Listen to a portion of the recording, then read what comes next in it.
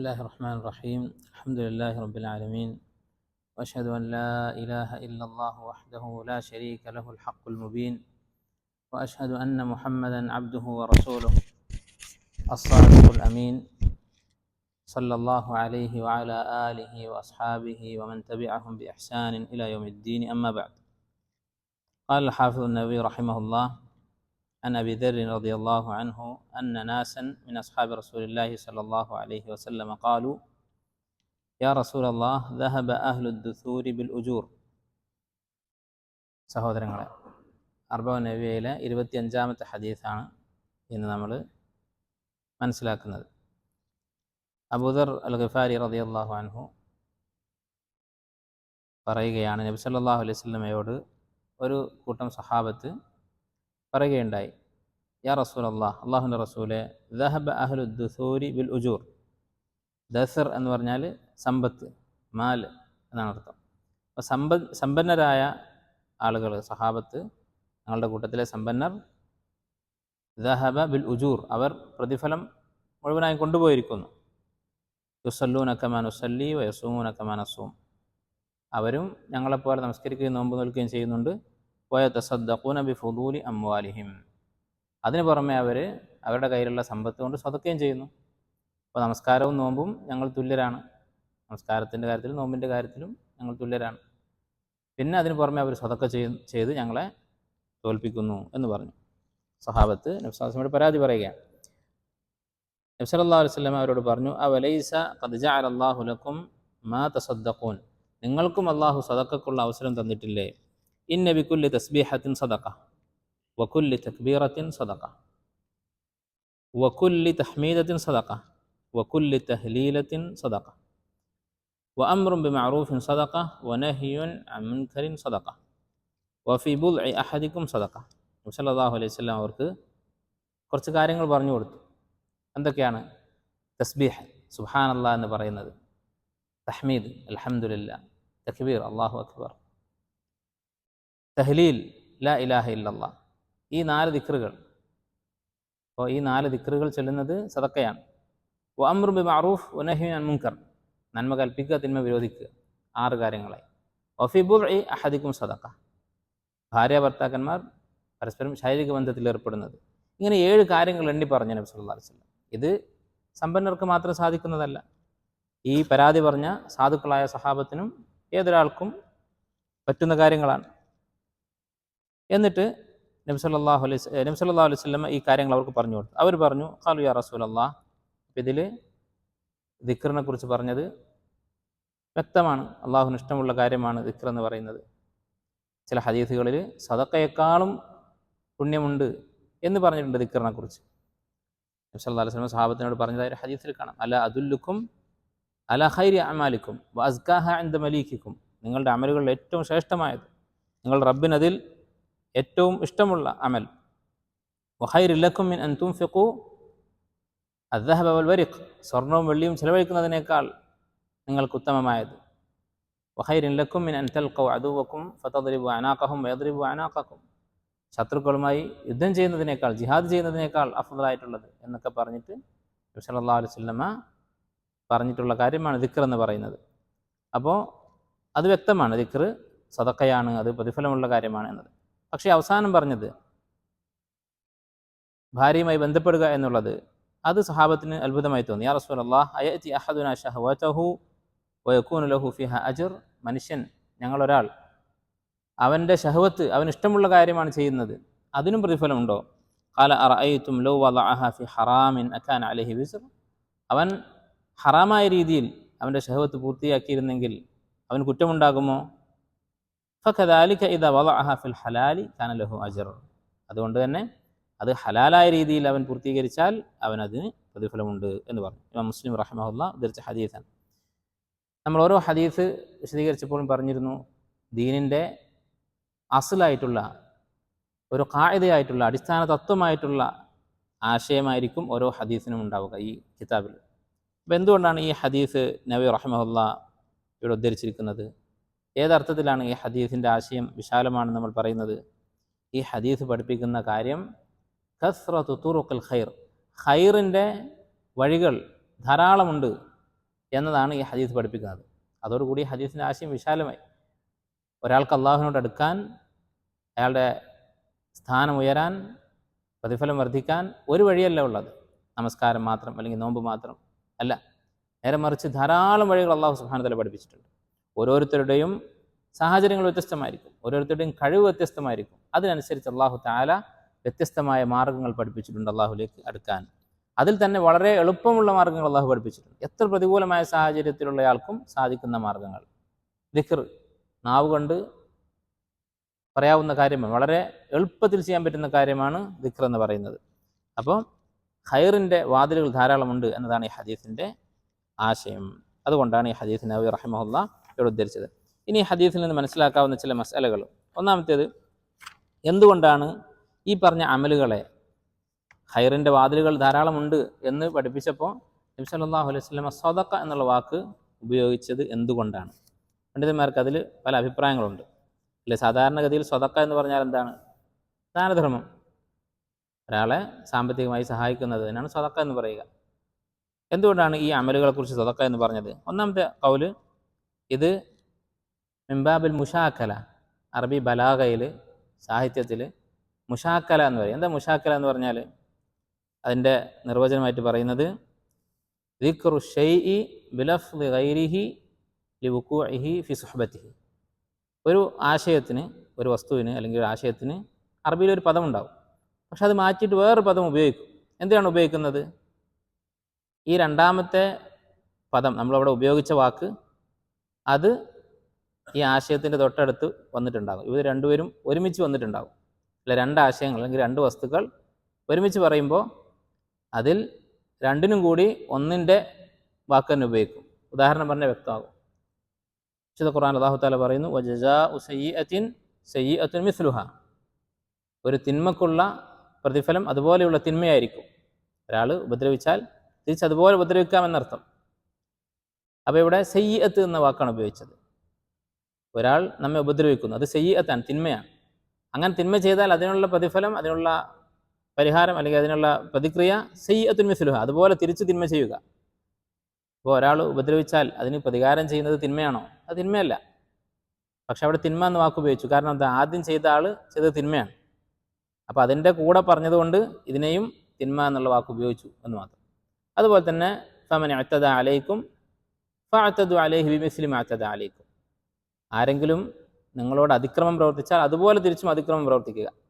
ഇപ്പോൾ മുസ്ലിമീങ്ങളെ ആരെങ്കിലും ആക്രമിച്ചാൽ തിരിച്ചാക്രമിക്കുന്നത് അത് അതിക്രമമാണോ?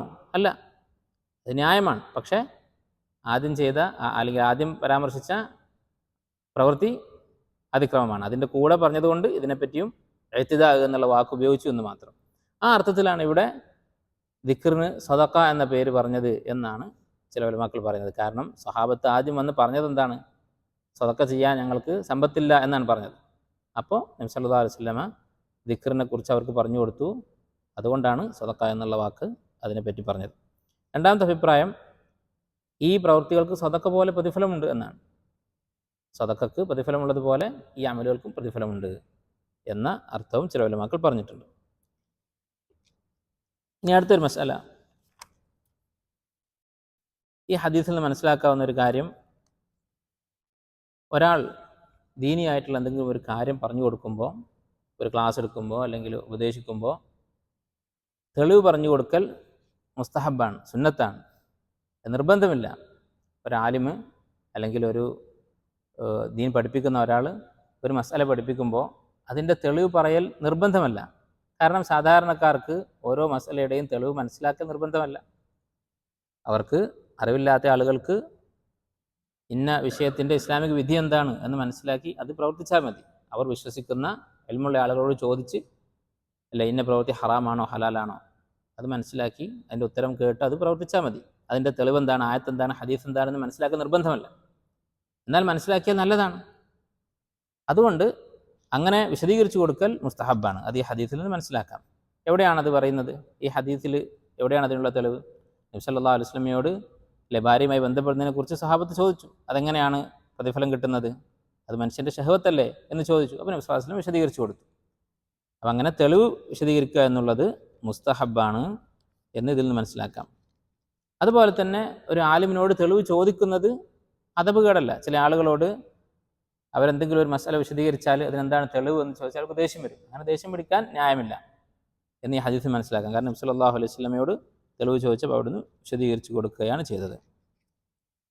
അതുപോലെ തന്നെ ഈ ഹദീസിൽ നിന്ന് മനസ്സിലാക്കാവുന്ന വലിയൊരു ഫായിദ, സഹാബത്തിൻ്റെ സ്വഭാവം ഈ ഹദീസിൽ നിന്ന് മനസ്സിലാക്കാം. എന്തായിരുന്നു അവരുടെ സ്വഭാവം? അവർ നന്മയിൽ മത്സരിക്കുമായിരുന്നു. അവരുടെ ഏറ്റവും വലിയ ആഗ്രഹം അള്ളാഹുവിനോട് ഏറ്റവും അടുത്തവൻ ഞാനായിരിക്കണം എന്നാണ്. മുനാഫസത്ത്, നന്മയുടെ കാര്യത്തിൽ മത്സരിക്കുക എന്നുള്ളത് സഹാബത്തിൻ്റെ സ്വഭാവമായിരുന്നു. നമുക്കറിയാം, അറിയപ്പെട്ട കഥ, അബൂബക്കർ റളിയല്ലാഹു അൻഹുവും ഉമർ റളിയല്ലാഹു അൻഹുവും തമ്മിൽ ഉണ്ടായ മത്സരം. ഓരോ സന്ദർഭത്തിലും അവർ പരസ്പരം മത്സരിക്കുമായിരുന്നു. അങ്ങനെ ഒരിക്കൽ ഒരു സ്വതക്ക ചെയ്യാൻ വേണ്ടി നബി സല്ലല്ലാഹു അലൈഹി വസല്ലം ആവശ്യപ്പെട്ടു, യുദ്ധത്തിനോ മറ്റോ വേണ്ടി. അപ്പോൾ ഉമർ റളിയല്ലാഹു അൻഹു പറഞ്ഞു, ഇന്ന് ഞാൻ അബൂബക്കറിനെ തോൽപ്പിക്കും. അങ്ങനെ അദ്ദേഹം സ്വന്തം സ്വത്തിൻ്റെ പകുതി സ്വതക്ക ചെയ്യാൻ തീരുമാനിച്ചു. നബി സല്ലല്ലാഹു അലൈഹി വസല്ലമയുടെ അടുത്ത് വന്ന് കൊടുത്തപ്പോൾ, അത് പ്രഖ്യാപിച്ചപ്പോൾ അബൂബക്കർ റളിയല്ലാഹു അൻഹു തൻ്റെ സ്വത്ത് മുഴുവനും കൊണ്ടുവന്നിട്ടുണ്ട്. അബൂബക്കർ റളിയല്ലാഹു അൻഹുവിൻ്റെ സ്വത്ത് എന്ന് പറഞ്ഞാൽ വലിയ കച്ചവടക്കാരനാണ്, വലിയ സംഖ്യ ഉണ്ടാകും. അത് മുഴുവനും അള്ളാഹുവിൻ്റെ മാർഗ്ഗത്തിൽ അദ്ദേഹം സ്വതക്ക ചെയ്തു. അപ്പോൾ ഉമർ റളിയല്ലാഹു അൻഹു പറയുന്നുണ്ട്, ഇനി എനിക്ക് താങ്കളെ തോൽപ്പിക്കാൻ സാധിക്കുകയില്ല. ഒരു പ്രതീക്ഷ ഉണ്ടായിരുന്നു, അതിനി പ്രതീക്ഷയില്ല എന്ന് പറയുകയുണ്ടായി. അപ്പം അങ്ങനെ അവർ മത്സരിക്കുമായിരുന്നു. എന്തുകൊണ്ടാണ് അവർ മത്സരിച്ചിരുന്നത്? ഇത് അള്ളാഹു കൽപ്പിച്ചതാണ്. സഹാബത്തിൻ്റെ പ്രത്യേകത ഏതാണ്? ഖുർആൻ ഒരു കാര്യം കൽപ്പിച്ചാൽ അത് അവർ പ്രവർത്തിക്കും. വഫീ ദാലിക ഫല്യതനാഫസിൽ മുതനാഫിസൂൻ. സ്വർഗത്തെക്കുറിച്ച് പറഞ്ഞിട്ട് അള്ളാഹു തആല അവസാനിപ്പിച്ചതാണ്. ഇതിനു വേണ്ടി മത്സരിക്കട്ടെ. മത്സരിക്കാൻ ആർക്കെങ്കിലും താല്പര്യമുണ്ടെങ്കിൽ ഇതിനു വേണ്ടിയാണ് മത്സരിക്കേണ്ടത്. അതുപോലെ ധാരാളം ആയത്തുകൾ, സാരിഉ ഇലാ മഗ്ഫിറത്തിൻ മിർ റബ്ബിക്കും വസ്തബിഖുൽ ഖൈറാത്ത്. അപ്പോൾ നന്മയിൽ മത്സരിക്കാൻ അള്ളാഹു കൽപ്പിച്ചിട്ടുണ്ട്. അപ്പോൾ സഹാബത്ത് മത്സരിച്ചു. ഇവിടെ മിസ്കിന്മാരായ സഹാബത്തിന് അങ്ങനെ മത്സരിക്കാൻ പറ്റാത്തൊരു സാഹചര്യം ഉണ്ടായി. സദക്കയുടെ കാര്യത്തിൽ അവർക്ക് സമ്പന്നരോട്, പണക്കാരോട് മത്സരിക്കാൻ സാധിക്കുകയില്ല. അവർ പരാതി പറഞ്ഞു. അപ്പോൾ ഈ ഒരു കാര്യം ഈ ഹദീസിൽ നിന്ന് മനസ്സിലാക്കാം. ശൈഖുൽ ഇസ്ലാം ഇബ്നു തൈമിയ്യ റഹിമഹുല്ലാഹ് പറയുന്ന ഒരു കാര്യമുണ്ട്. നന്മയിൽ മത്സരിക്കാൻ അള്ളാഹു കൽപ്പിച്ചു. അപ്പം മുനാഫസത്ത്, അല്ലേ, ദീനിയായ കാര്യത്തിൽ ഒരാൾ നമ്മേക്കാൾ മുകളിലാണെന്ന് കണ്ടാൽ അവനെ തോൽപ്പിക്കാൻ ശ്രമിക്കുക, അത് നല്ലൊരു കാര്യമാണ്, അള്ളാഹു കൽപ്പിച്ചിട്ടുള്ള കാര്യമാണ്. പക്ഷെ ഇബ്നു തൈമിയ്യ ഒരു വളരെ സൂക്ഷ്മമായൊരു മസല പരാമർശിച്ചിട്ടുണ്ട്. അതെന്താണ്? ഇങ്ങനെ നന്മയിൽ മത്സരിക്കുന്നതാണോ കൂടുതൽ ഉത്തമം, അതല്ല മത്സരിക്കാതെ നന്മകൾ വർദ്ധിപ്പിക്കാൻ ശ്രമിക്കുന്നതാണോ ഉത്തമമായിട്ടുള്ളത്? എന്താണ് രണ്ടും തമ്മിലുള്ള വ്യത്യാസം? ഇപ്പോൾ അബൂബക്കർ റളിയല്ലാഹുവിൻ്റെ കഥ തന്നെ നമുക്ക് ഉദാഹരണമായിട്ട് എടുക്കാം. ഉമർ റളിയല്ലാഹു അൻഹു അബൂബക്കർ റളിയല്ലാഹു അൻഹു തോൽപ്പിക്കണമെന്ന് പറഞ്ഞിട്ടാണ് പകുതി സ്വത്തുമായിട്ട് വരുന്നത്. അബൂബക്കർ റളിയല്ലാഹു അൻഹു അദ്ദേഹം ആരും തോൽപ്പിക്കാൻ വേണ്ടിയിട്ടല്ല, അദ്ദേഹം അങ്ങനെയൊന്നും പറഞ്ഞിട്ടില്ല, സ്വത്ത് മുഴുവനും കൊണ്ടുവന്ന് സ്വതക്ക ചെയ്തു എന്ന് മാത്രം. ഇതിലേതാണ് കൂടുതൽ ഉത്തമമായിട്ടുള്ളത്, അഫ്ളലായിട്ടുള്ളത്? അബൂബക്കർ റളിയല്ലാഹുവിൻ്റെ പ്രവൃത്തിയാണ്. അപ്പോൾ മത്സരം ഒന്നും മനസ്സിൽ വിചാരിക്കാതെ പരമാവധി നന്മ ചെയ്യാൻ ശ്രമിക്കുക എന്നുള്ളതാണ് ഏറ്റവും ഉത്തമമായത്. രണ്ടും അള്ളാഹുവിന് ഇഷ്ടമുള്ള കാര്യങ്ങളാണ്, രണ്ടും അള്ളാഹു കൽപ്പിച്ചിട്ടുള്ള കാര്യമാണ്, പ്രോത്സാഹിപ്പിച്ചിട്ടുള്ളതാണ്. പക്ഷേ അള്ളാഹുവിൻ്റെ പ്രതിഫലം മാത്രം പ്രതീക്ഷിച്ച് ഒരു മത്സര ബുദ്ധി പോലും ഇല്ലാതെ പ്രവർത്തിക്കുന്നതാണ് കൂടുതൽ ഉത്തമം. നമ്മളിതിൽ ഈ രണ്ട് സ്ഥാനത്തും എത്താത്തത് കൊണ്ട് ഇതിനെക്കുറിച്ച് നമ്മൾ കൂടുതൽ ചിന്തിക്കേണ്ടതില്ല. ആദ്യം നമ്മൾ നന്മയിൽ മത്സരിക്കാൻ ശ്രമിക്കുക, അതിൻ്റെ മുകളിലാണ് അങ്ങനെ മറ്റുള്ളവരെന്താണ് ചെയ്യുന്നതെന്ന് നോക്കാതെ നന്മ ചെയ്യുക എന്നുള്ളത്. ഇത് ശൈഖുൽ ഇസ്ലാം ഇബ്നു തൈമിയ്യ റഹിമഹുല്ലാഹ് മജ്മൂ ഫത്താവയിൽ പറഞ്ഞിട്ടുള്ളതാണ്. നമ്മൾ സാധാരണ എന്താണ് ചെയ്യുക? ഈ ദീനിൻ്റെ കാര്യത്തിൽ മത്സരബുദ്ധി വേണം എന്ന് പറയുമ്പോൾ നമ്മുടെ അവസ്ഥ നമ്മളൊന്ന് ആലോചിച്ച് നോക്കണം. അധികം ആളുകളുടെയും അവസ്ഥ എന്തായിരിക്കും? ഒരാളെക്കുറിച്ച് എന്തെങ്കിലും ഒരു നന്മ കേട്ടാൽ, ദീനിയായ ഒരു നന്മ കേട്ടാൽ, അവൻ നല്ല അഖ്ലാഖുള്ള ആളാണ്, അല്ലെങ്കിൽ നല്ല സ്വതക്ക ചെയ്യുന്ന ആളാണ്, അല്ലെങ്കിൽ ജമാഅത്തിന് കൃത്യമായി പങ്കെടുക്കുന്ന ആളാണ്, ഇങ്ങനെ എന്തെങ്കിലും ഒരു നല്ലത് കേട്ടാൽ നമ്മൾ എന്ത് ചെയ്യും? നമ്മൾ അവനെ പുകഴ്ത്തും, അതെല്ലാവരോടും പറയും, അഭിനന്ദിക്കും, അവനോട് അതിൻ്റെ പേരിൽ ഇഷ്ടമുണ്ടാകും. പക്ഷേ അവനോട് മത്സരിക്കാം എന്നൊരു ചിന്ത പോലും നമ്മുടെ മനസ്സിൽ വരില്ല. ദുന്യവിയായ ഒരു കാര്യത്തിലാണെങ്കിൽ ഒരു ഖൈർ നമ്മൾ കേൾക്കുന്നത്, അവന് ഇന്ന കച്ചവടം ചെയ്തു, അല്ലെങ്കിൽ അവൻ്റെ കച്ചവടത്തിൽ അവൻ ഇന്ന രീതിയാണ് ചെയ്യുന്നത്, അല്ലെങ്കിൽ അവൻ്റെ മകനെ ഇന്ന സ്ഥാപനത്തിൽ പഠിപ്പിക്കാൻ വിട്ടിട്ടുണ്ട് എന്ന് കേട്ടാൽ നമ്മൾ എന്ത് ചെയ്യും? അവനെ പുകഴ്ത്തുന്നതിന് മുമ്പ് അത് ചെയ്ത് കഴിഞ്ഞിട്ടാണ് നമ്മൾ അവനെ പുകഴ്ത്തുള്ളൂ. അതേ കാര്യം നമ്മൾ ആദ്യം ചെയ്യും, എന്നിട്ട് ചിലപ്പോൾ പുകഴ്ത്തും, ചിലപ്പോൾ പുകഴ്ത്തില്ല എന്നും വരാം. കാരണം നമുക്ക് ദുനിയാവിൻ്റെ കാര്യത്തിൽ യഖീനാണ്, ദുനിയാവിൻ്റെ ഫലം ഇവിടെ കിട്ടും എന്ന് നമുക്കറിയാം. അതുകൊണ്ട് നമ്മളത് പ്രായോഗികമായി നമ്മുടെ ജീവിതത്തിൽ പാലിക്കും, അത് പകർത്തും. ദീനിൻ്റെ കാര്യത്തിലോ നമ്മളത് കൈയടിച്ച് പ്രോത്സാഹിപ്പിക്കുമെന്ന് മാത്രം. അമൽ ചെയ്യുന്ന കാര്യത്തിൽ നമ്മൾ പിന്നിലായിരിക്കും. പക്ഷെ നേരെ തിരിച്ചാണ് നമ്മളാവേണ്ടത്. ദീനിൻ്റെ കാര്യത്തിലാണ് മത്സരബുദ്ധി നമുക്കുണ്ടാവേണ്ടത്. സ്വഹാബത്തിൻ്റെ ജീവിതത്തിൽ ധാരാളം സംഭവങ്ങൾ കാണാൻ സാധിക്കും. അല്ലെ, ഒരു സ്വഹാബിയെക്കുറിച്ച് ഇദ്ദേഹം സ്വർഗത്തിലാണ് എന്ന് നബി സല്ലല്ലാഹു അലൈഹി വസല്ലം പറഞ്ഞപ്പോൾ മറ്റൊരു സ്വഹാബി എന്താണ് ചെയ്തത്? ഇത് കേട്ട സ്വഹാബി ആൾക്കാരുടെ അടുത്ത് പോയിട്ട് ഇയാളുടെ മഹത്വം പറയല്ല ചെയ്തത്, നേരെ മറിച്ച് അയാളുടെ വീട്ടിൽ പോയി താമസിച്ചു. ഒരു തന്ത്രം പ്രയോഗിച്ചിട്ട് എനിക്ക് വീട്ടിൽ നിൽക്കാൻ പറ്റാത്ത അവസ്ഥയാണെന്നൊക്കെ പറഞ്ഞിട്ട് ഇയാളുടെ കൂടെ താമസിച്ചു. എന്താണ് അയാൾ അമൽ ചെയ്യുന്നത്, രാത്രി നമസ്കാരം എങ്ങനെയാണെന്നൊക്കെ അറിയാൻ വേണ്ടി. അങ്ങനെ 2 ദിവസം നിന്നിട്ടും അദ്ദേഹം പ്രത്യേകിച്ച് കൂടുതലായൊന്നും ചെയ്യുന്നില്ല. അങ്ങനെ ആയപ്പോൾ ചോദിച്ചു. അദ്ദേഹം പറഞ്ഞു, എനിക്കൊരാളോടും എൻ്റെ മനസ്സിൽ ഒരു പകയില്ല, വിദ്വേഷമില്ല എന്ന് പറയുകയുണ്ടായി. ഇങ്ങനെയുള്ള ധാരാളം സംഭവങ്ങൾ സ്വഹാബത്തിൻ്റെ ജീവിതത്തിൽ, അതുപോലെ തന്നെ അമ്പിയാക്കളുടെ ജീവിതത്തിൽ നമുക്ക് കാണാൻ സാധിക്കും, സ്വഹാബത്തിൻ്റെ ജീവിതത്തിൽ കാണാൻ സാധിക്കും. അല്ലെ, ഒരാളെക്കുറിച്ച് ഒരു ഖൈർ കേട്ടാൽ അത് സ്വന്തമാക്കാൻ പരിശ്രമിക്കും. മൂസാ നബി അലൈഹിസ്സലാം, അദ്ദേഹത്തെക്കാൾ ഇൽമുള്ള ഒരാളുണ്ട് എന്ന് കേട്ടപ്പോൾ ഖദിർ അലൈഹിസ്സലാം, അദ്ദേഹത്തിന് മൂസാ നബിക്ക് ഇല്ലാത്ത ചില കാര്യങ്ങൾ, പൂർണ്ണമായും മൂസാ നബിയെക്കാളും അഫ്ദലാണെന്നല്ല, മൂസാ നബിക്ക് ഇല്ലാത്ത ഇൽമ് ഖദിർ അലൈഹി ഇസ്ലാമിൻ്റെ അടുത്തുണ്ട് എന്ന് കേട്ടപ്പോൾ ദീർഘമായി യാത്ര ചെയ്ത് അദ്ദേഹത്തിൻ്റെ അടുക്കൽ പോയി പഠിച്ചു. അതുപോലെ സൽമാൻ ഫാരിസി റളിയല്ലാഹു അൻഹു, അദ്ദേഹത്തിൻ്റെ സീറയിൽ കാണാം, ചരിത്രത്തിൽ കാണാം, അദ്ദേഹം ആദ്യം അഗ്നി ആരാധകനായിരുന്നു, മജൂസിയായിരുന്നു. പിന്നീട് അദ്ദേഹം അന്വേഷിക്കാൻ തുടങ്ങി എന്താണ് ശരിയായ ദീന്, തൻ്റെ ഈ അഗ്നി ആരാധനയല്ല ശരി എന്ന് അദ്ദേഹത്തിന് മനസ്സിലായി. അങ്ങനെ അദ്ദേഹം ഈ ലോകത്ത് ഏറ്റവും നല്ല ദീൻ ഏതാണെന്ന് അന്വേഷിച്ചു. അങ്ങനെ യഹൂദികളെ കുറിച്ച് കേട്ടു. അങ്ങനെ അദ്ദേഹം യഹൂദിയായി.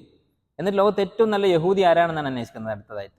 അങ്ങനെ യഹൂദികളുടെ അന്നത്തെ ഏറ്റവും വലിയ പോപ്പിൻ്റെ അടുത്ത് പോയി അദ്ദേഹത്തിൻ്റെ കൂടെ അദ്ദേഹത്തിൻ്റെ ഖാദിമായിട്ട് ജീവിച്ചു. അദ്ദേഹത്തിൻ്റെ അടുത്ത് പോയിട്ട് സൽമാൻ ഫാരിസി റളിയല്ലാഹു അൻഹു പറഞ്ഞത്, ഞാൻ താങ്കളുടെ കൂടെ താമസിച്ച് താങ്കളുടെ ഇബാദത്ത് എനിക്ക് പഠിക്കണം എന്ന് പറഞ്ഞിട്ടാണ് പോകുന്നത്.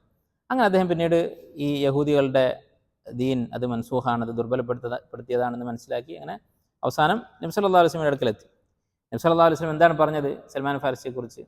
ഈ സ്വഭാവം മനസ്സിലാക്കിയപ്പോൾ, അദ്ദേഹത്തിൻ്റെ കഥ കേട്ടപ്പോൾ നബി സല്ലല്ലാഹു അലൈഹി വസല്ലം പറഞ്ഞു, ലൗ കാനൽ ഈമാനു ഇൻദ സുരയ്യ ലനാലഹു റിജാലും മിൻ ഹൗല.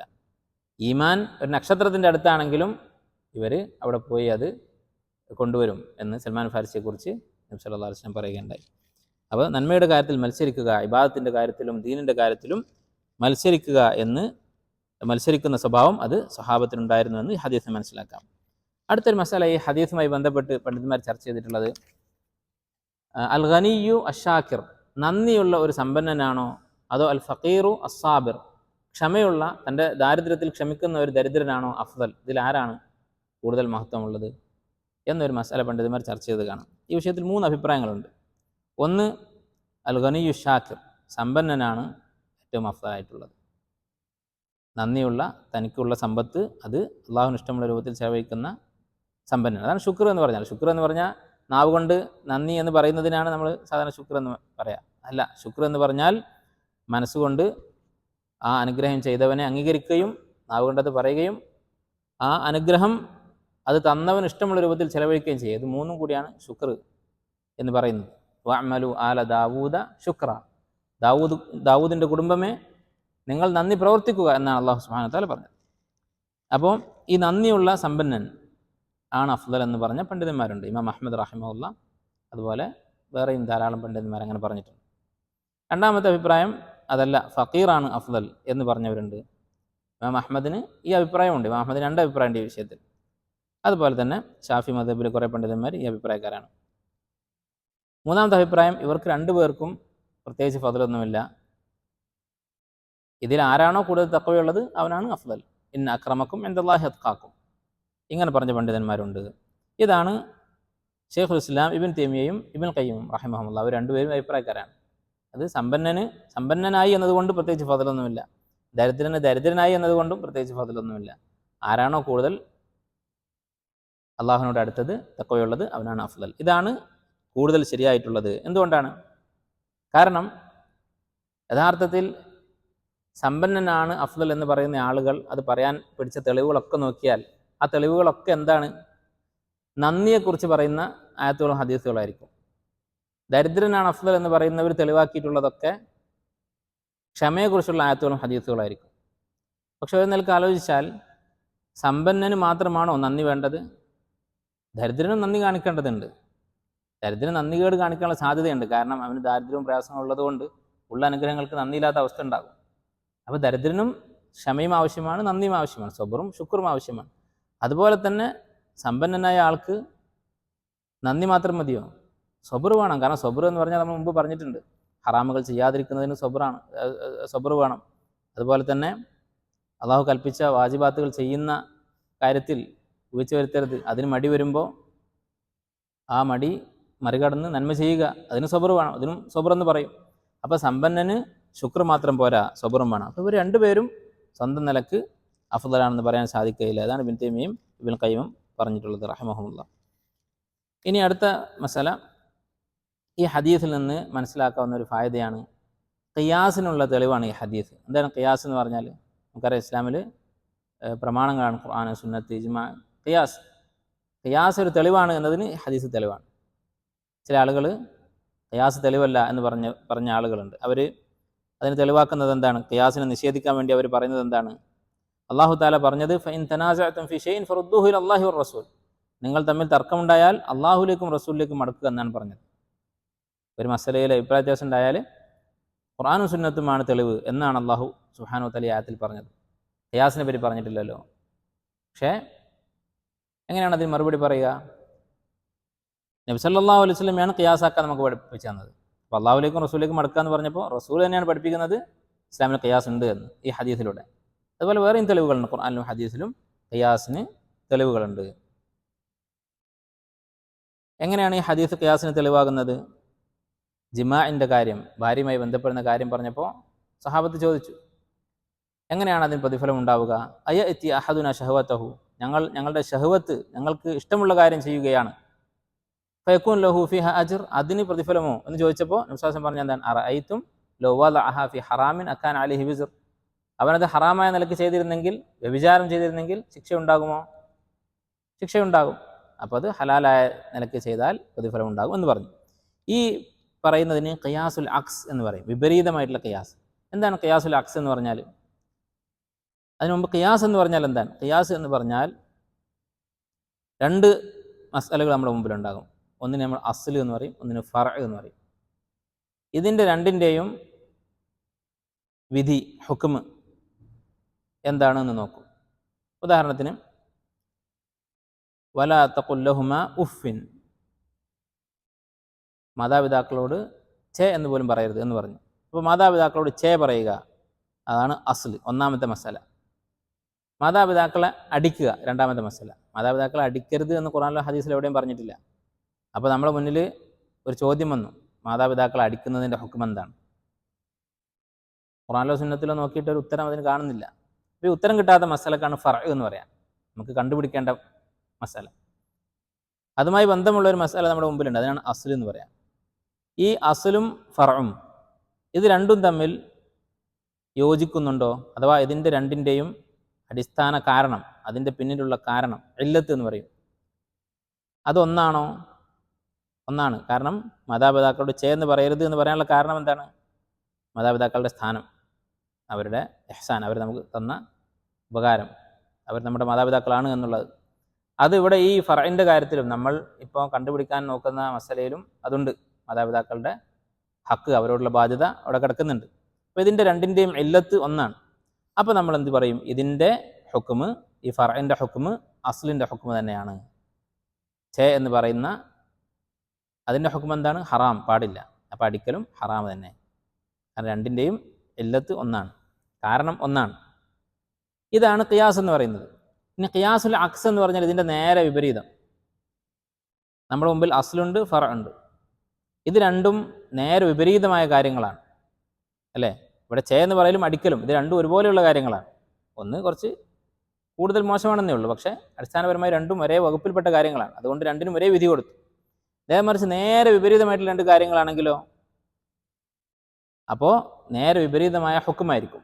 ഈ അസ്ലിൻ്റെ വിപരീതമായ ഹുക്കുമ്, ഹറാമാണെങ്കിൽ ഹലാൽ, അല്ലെങ്കിൽ ഫർദാണെങ്കിൽ ഈ അസ്ല് ഹലാലാണെങ്കിൽ ഫർഅ് ഹറാം. ഉദാഹരണത്തിന് ഈ ഹദീസ് തന്നെ, ഇവിടെ ഭാര്യയുമായി ബന്ധപ്പെടുക, അതിൻ്റെ ഹുക്മ് നമുക്ക് കണ്ടുപിടിക്കണം, അതാണ് ഫർഅ്. വ്യഭിചാരം, അതാണ് അസ്ല്. വ്യഭിചാരത്തിൻ്റെ ഹുക്മ് ഖുർആനിലും സുന്നത്തിലും വന്നിട്ടുണ്ട്.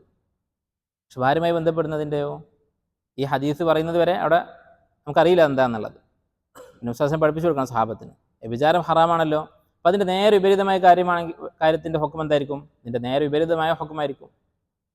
ഇത് കുറ്റം, അപ്പോൾ ഇത് പുണ്യം. ഇതാണ് ഖിയാസുൽ അക്സ് എന്ന് പറയുന്നത്. ഇതിൻ്റെ ഉദാഹരണങ്ങൾ വേറെയും കാണാം ഖുർആനിലും സുന്നത്തിലും. അല്ലാഹു തആല പറഞ്ഞു വലൗ കാന മിൻ ഇൻദി ഗൈരില്ലാഹി ലവജദു ഫീഹി ഇഖ്തിലാഫൻ കസീറ. ഖുർആൻ അല്ലാഹു അല്ല ഇറക്കിയത് എങ്കിൽ, അല്ലാഹു അല്ലായിരുന്നു ഇറക്കിയതെങ്കിൽ അതിൽ ധാരാളം വൈരുദ്ധ്യങ്ങൾ നിങ്ങൾക്ക് കാണാമായിരുന്നു. എന്താണ് അതിൻ്റെ അർത്ഥം? ഖുർആൻ അല്ലാഹു ഇറക്കി, ഖുർആൻ മറ്റൊരാൾ ഇറക്കി. അപ്പോൾ മറ്റൊരാൾ ഇറക്കിയാൽ ധാരാളം വൈരുദ്ധ്യം ഉണ്ടാകുമായിരുന്നു. അപ്പോൾ എന്താണ്? അള്ളാഹ് ഇറക്കിയതാണെങ്കിൽ വൈരുദ്ധ്യം ഉണ്ടാവുകയില്ല.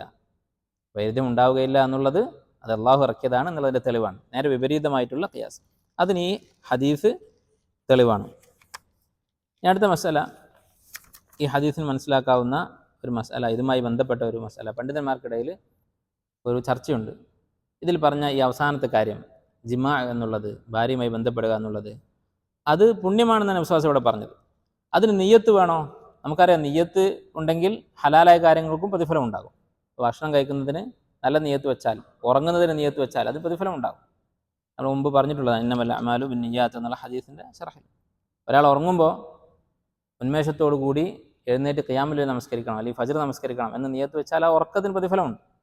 അതുപോലെ തന്നെയാണോ ഈ പറഞ്ഞ കാര്യവും ജിമാഉം? അതല്ല, ഇത് നിയ്യത്തില്ലെങ്കിലും പ്രതിഫലം കിട്ടുമോ? ചില പണ്ഡിതന്മാർ നിയ്യത്തില്ലെങ്കിലും പ്രതിഫലം ഉണ്ട് എന്ന് പറഞ്ഞിട്ടുണ്ട്, ബാക്കിയുള്ള ഹലാലായ കാര്യങ്ങളെ പോലെയല്ല. എന്താണ് അങ്ങനെ പറയാൻ കാരണം? ഈ ഹദീസാണ് കാരണം. ഇവിടെ നബി സല്ലല്ലാഹു അലൈഹി വസല്ലമ ഇതിന് പ്രതിഫലമുണ്ട് എന്ന് പഠിപ്പിച്ചപ്പോൾ നിയ്യത്തുണ്ടെങ്കിൽ പ്രതിഫലമുണ്ട് എന്നല്ല പറഞ്ഞത്. ഹറാമ് ചെയ്തിരുന്നെങ്കിൽ കുറ്റമുണ്ടാകുമായിരുന്നല്ലോ, എങ്കിൽ ഹലാലായ രൂപത്തിലാണെങ്കിൽ അതിന് പ്രതിഫലം ഉണ്ടാകും എന്നാണ് പറഞ്ഞത്. ഇവിടെ നിയ്യത്തിൻ്റെ കാര്യം പറഞ്ഞിട്ടില്ല, അതുകൊണ്ട് നിയ്യത്തില്ലെങ്കിലും പ്രതിഫലം ഉണ്ടാകും എന്ന്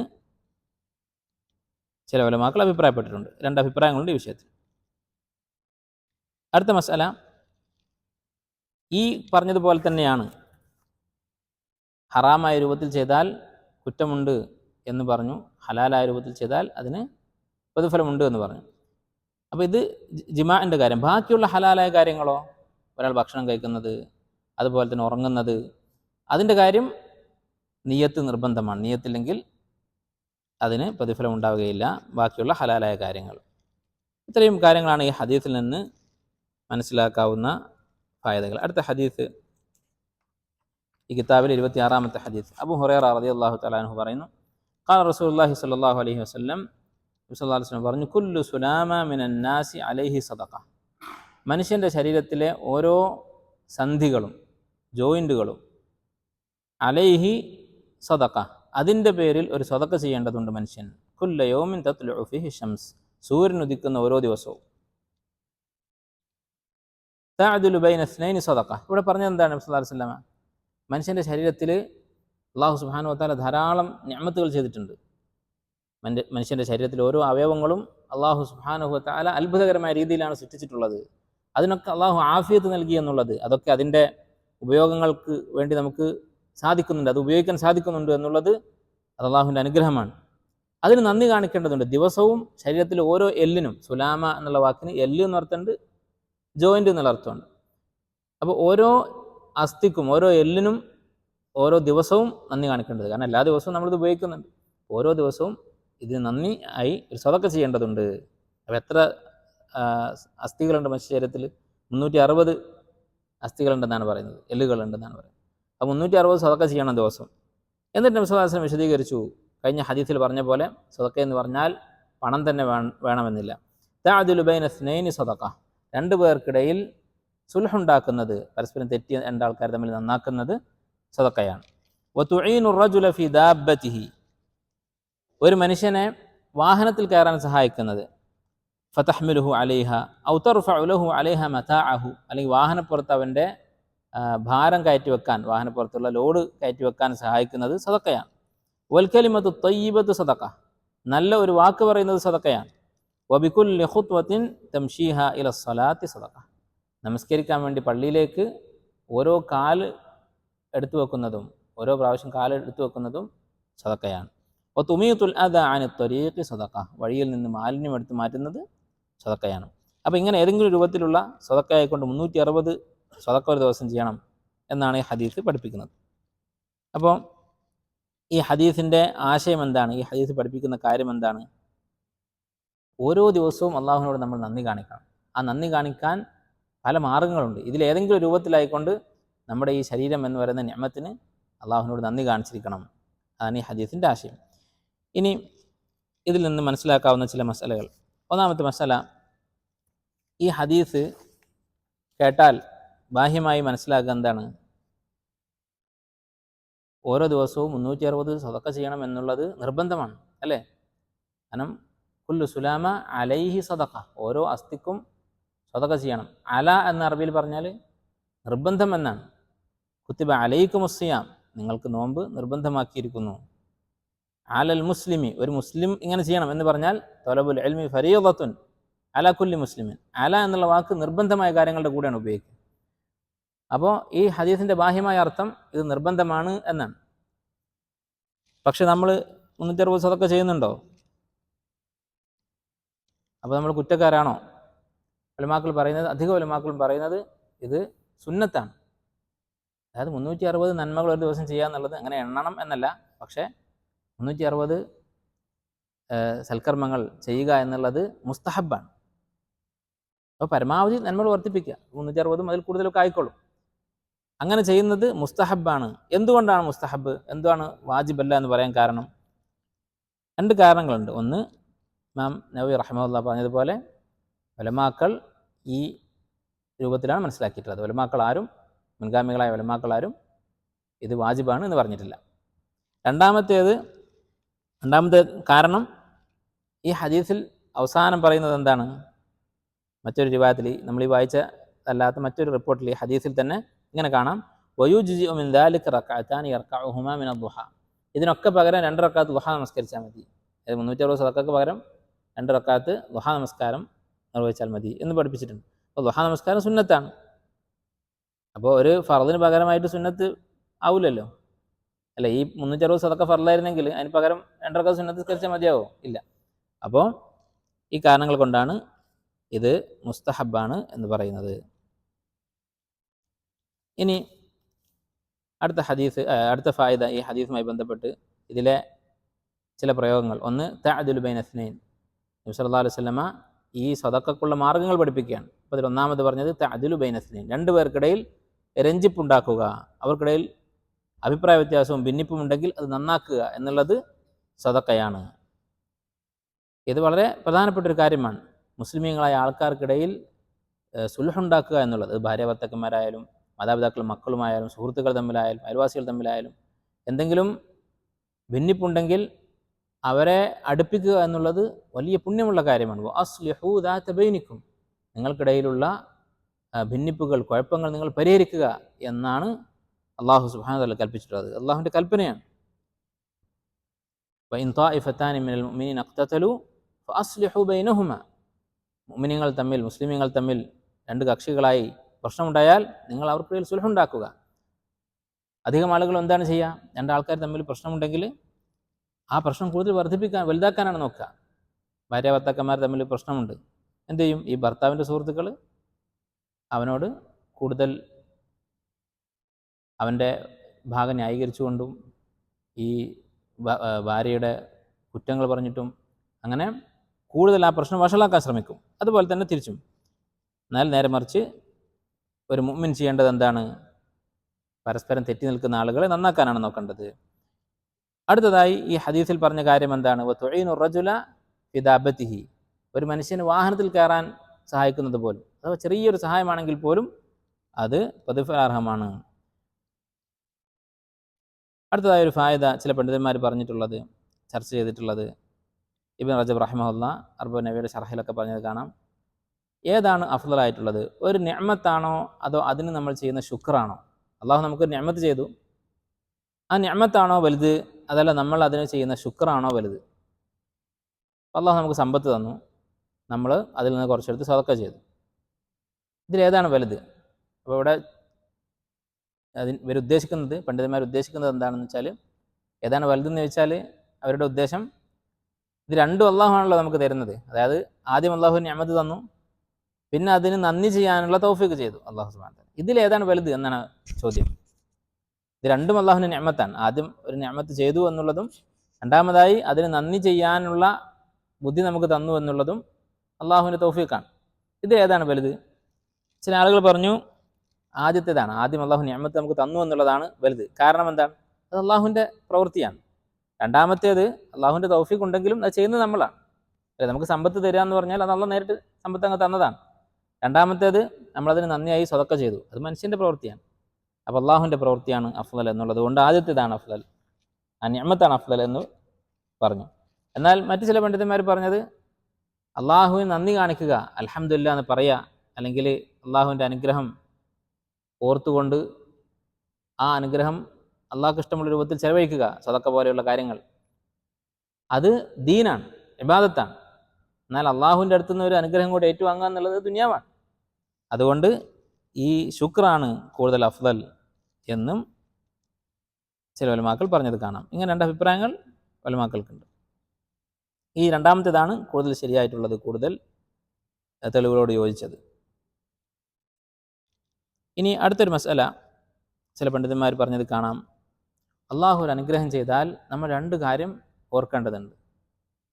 അള്ളാഹുവിൻ്റെ നിഅമത്തുകൾ നമുക്ക് കിട്ടുമ്പോൾ, അള്ളാഹുവിൻ്റെ നിഅമത്തുകൾ കിട്ടുമ്പോൾ എന്ന് പറഞ്ഞാൽ എന്തെങ്കിലും ഒരു കാലത്ത് നമ്മൾ മനസ്സിൽ കരുതുന്ന എന്തെങ്കിലും ഒരു വലിയ ആഗ്രഹം സാക്ഷാത്കരിക്കുമ്പോൾ എന്നല്ല ഉദ്ദേശിക്കുന്നത്. ഓരോ നിമിഷവും നമ്മൾ അള്ളാഹുവിൻ്റെ നിഅമത്തുകൾ അനുഭവിച്ചുകൊണ്ടിരിക്കുന്നുണ്ട്. നമ്മൾ ഓരോ ശ്വാസവും അള്ളാഹുവിൻ്റെ നിഅമത്താണ്, നമുക്കറിയാം. അപ്പോൾ അള്ളാഹുവിൻ്റെ നിഅമത്തുകൾ അതെന്ത് തന്നെയായാലും അതൊക്കെ സ്വീകരിക്കുമ്പോൾ, ആസ്വദിക്കുമ്പോൾ രണ്ട് കാര്യങ്ങൾ നമ്മൾ ഓർക്കണം. ഒന്ന്, ഇത് അള്ളാഹുവിൻ്റെ മിന്നത്താണ്, അള്ളാഹുവിൻ്റെ ഔദാര്യമാണ്, നമ്മുടെ അർഹത കൊണ്ട് കിട്ടിയതല്ല എന്ന ബോധം നമുക്കുണ്ടാവണം. അള്ളാഹുവിൻ്റെ മേൽ നമുക്ക് യാതൊരു ഹക്കുമില്ല. അള്ളാഹുവിൻ്റെ അടുത്ത് നമുക്ക് ഇങ്ങോട്ട് ഒന്നും കിട്ടാനില്ല, എല്ലാം അള്ളാഹുവിൻ്റെ ഔദാര്യം മാത്രമാണ്. ഒന്ന്. രണ്ടാമത്തേത്, അതിന് ഹംദ് പറയുക, അൽഹംദുലില്ലാ എന്ന് പറയുക, അള്ളാഹുവിനെ സ്തുതിക്കുക. അത് നമ്മുടെ മനസ്സിൽ എപ്പോഴും ഉണ്ടാകേണ്ട കാര്യമാണ്. ഭക്ഷണം കഴിച്ചാൽ നമ്മൾ അൽഹംദുലില്ലാ എന്ന് പറയുന്നുണ്ട്, നാവുകൊണ്ട് നമ്മൾ പറയുന്നുണ്ട്. പക്ഷെ നമ്മൾ ആലോചിക്കുന്നുണ്ട് എന്തിനാണ് അൽഹംദുലില്ലാ എന്ന് പറയുന്നത്.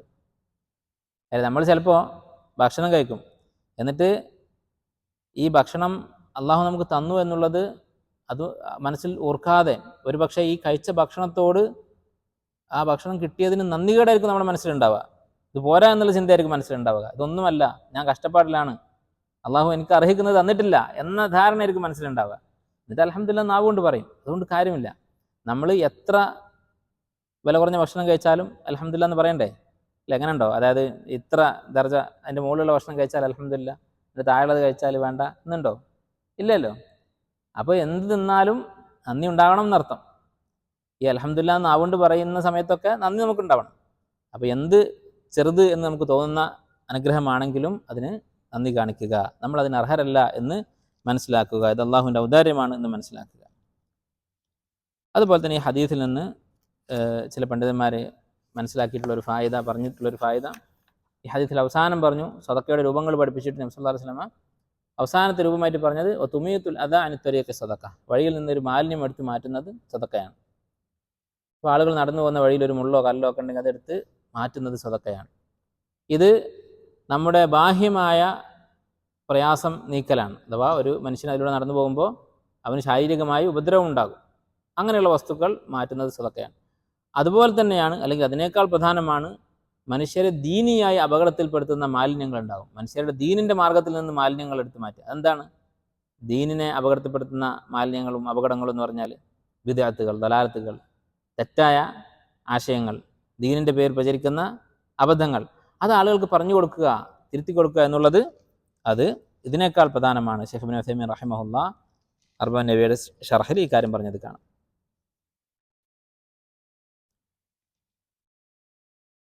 അടുത്തൊരു മസല, ഈ ഹദീസിൽ ഓരോ ദിവസവും സദക്ക ചെയ്യണം എന്നതിന് കുല്ല യൗമിൻ തത്ലുഉ ഫീഹി ശംസ്, സൂര്യൻ ഉദിക്കുന്ന ഓരോ ദിവസവും എന്നാണ് പറഞ്ഞത്. അപ്പോൾ ദിവസം മാറുക എന്ന് പറഞ്ഞാൽ ഇസ്ലാമിൽ അള്ളാഹു റസൂലും പഠിപ്പിച്ചിട്ടുള്ളത് സൂര്യൻ ഉദിക്കുന്നതും അസ്തമിക്കുന്നതും കൊണ്ടാണ്. അപ്പോൾ ഇന്ന് ഇപ്പോൾ ശാസ്ത്രം പഠിപ്പിക്കുന്നത് എന്താണ്, അല്ലെങ്കിൽ പലരും വിശ്വസിക്കുന്നത് എന്താണ്? ഭൂമി തിരിയുന്നത് കൊണ്ടാണ് രാവും പകലും മാറുന്നത്. സൂര്യൻ ഉദിക്കുന്നതായിട്ടും അസ്തമിക്കുന്നതായിട്ടും നമുക്ക് തോന്നുന്നതാണ്. സൂര്യൻ ചലിക്കുന്നുണ്ട്, പക്ഷേ സൂര്യൻ ഭൂമിക്ക് ചുറ്റും ഇങ്ങനെ കറങ്ങിയിട്ടല്ല രാവും പകലും മാറുന്നത് എന്നാണ് ശാസ്ത്രം പഠിപ്പിക്കുന്നത്. ഈ ഗോളശാസ്ത്രം എന്ന് പറയുന്നത് മാറിക്കൊണ്ടിരിക്കുന്നൊരു കാര്യമാണ്, സ്ഥിരതയില്ല. കുറേ കാലം സൂര്യൻ ചലിക്കുന്നില്ല എന്നായിരുന്നു വിശ്വാസം. ഭൂമി സൂര്യൻ്റെ ചുറ്റും കറങ്ങുന്നു, സൂര്യൻ അവിടെ നിൽക്കുന്നു എന്നായിരുന്നു. ഇപ്പോൾ രണ്ടും കറങ്ങുന്നുണ്ട് എന്നാണ് പറയുന്നത്. ഈ കാലത്ത്, അതായത് സൂര്യൻ കറങ്ങുന്നില്ല എന്ന് പറഞ്ഞിരുന്ന കാലത്ത് ഖുർആനിൽ സൂര്യൻ ചലിക്കുന്നതിനെ പറ്റി പറഞ്ഞ ധാരാളം ആയത്തുകളുണ്ട്. വശംസു തജ്രി ലിമുസ്തഖറിൻ ലഹ, അതുപോലെ മത്ലഉ ശംസ്, മഗ്രിബ ശംസ് എന്നൊക്കെ ഖുർആനിൽ വന്നിട്ടുണ്ട്. ഇതിനൊക്കെ ദുർവ്യാഖ്യാനിക്കുകയായിരുന്നു അന്നത്തെ ചില പണ്ഡിതന്മാരെന്ന് പറയപ്പെടുന്ന ആളുകൾ. തഫ്സീറുകളിൽ എഴുതി വെച്ചിട്ടുണ്ട് ഈ ആയത്തുകളൊക്കെ ദുർവ്യാഖ്യാനിച്ചുള്ളൂ, അതിൻ്റെ ഉദ്ദേശം അങ്ങനെയാണ് ഇങ്ങനെയാണെന്നൊക്കെ പറഞ്ഞു. പിന്നെ അത് വീണ്ടും മാറ്റേണ്ടി വന്നു.